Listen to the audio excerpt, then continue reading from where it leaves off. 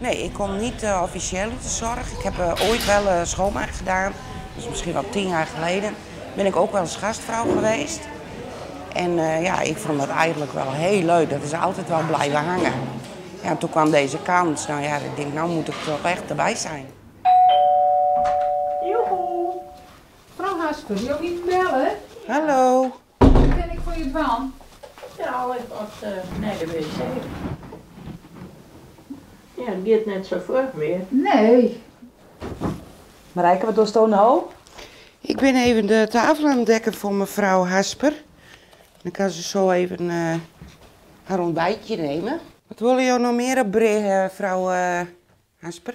Ze hebben wat meer tijd als dat van hand hebben. En hoe verneem je dat?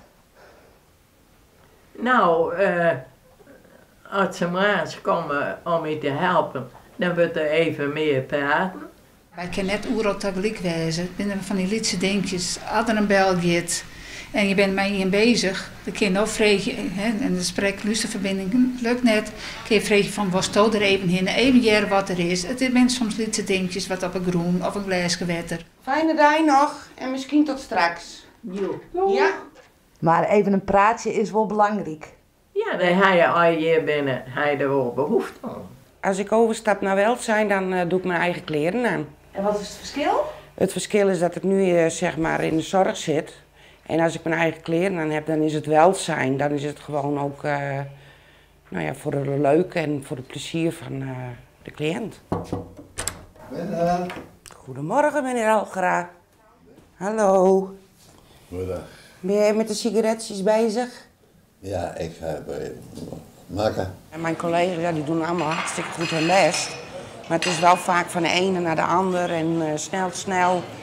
En ja, je loopt met iemand mee. En het is werkt voor hen ook verlichtend. Zo.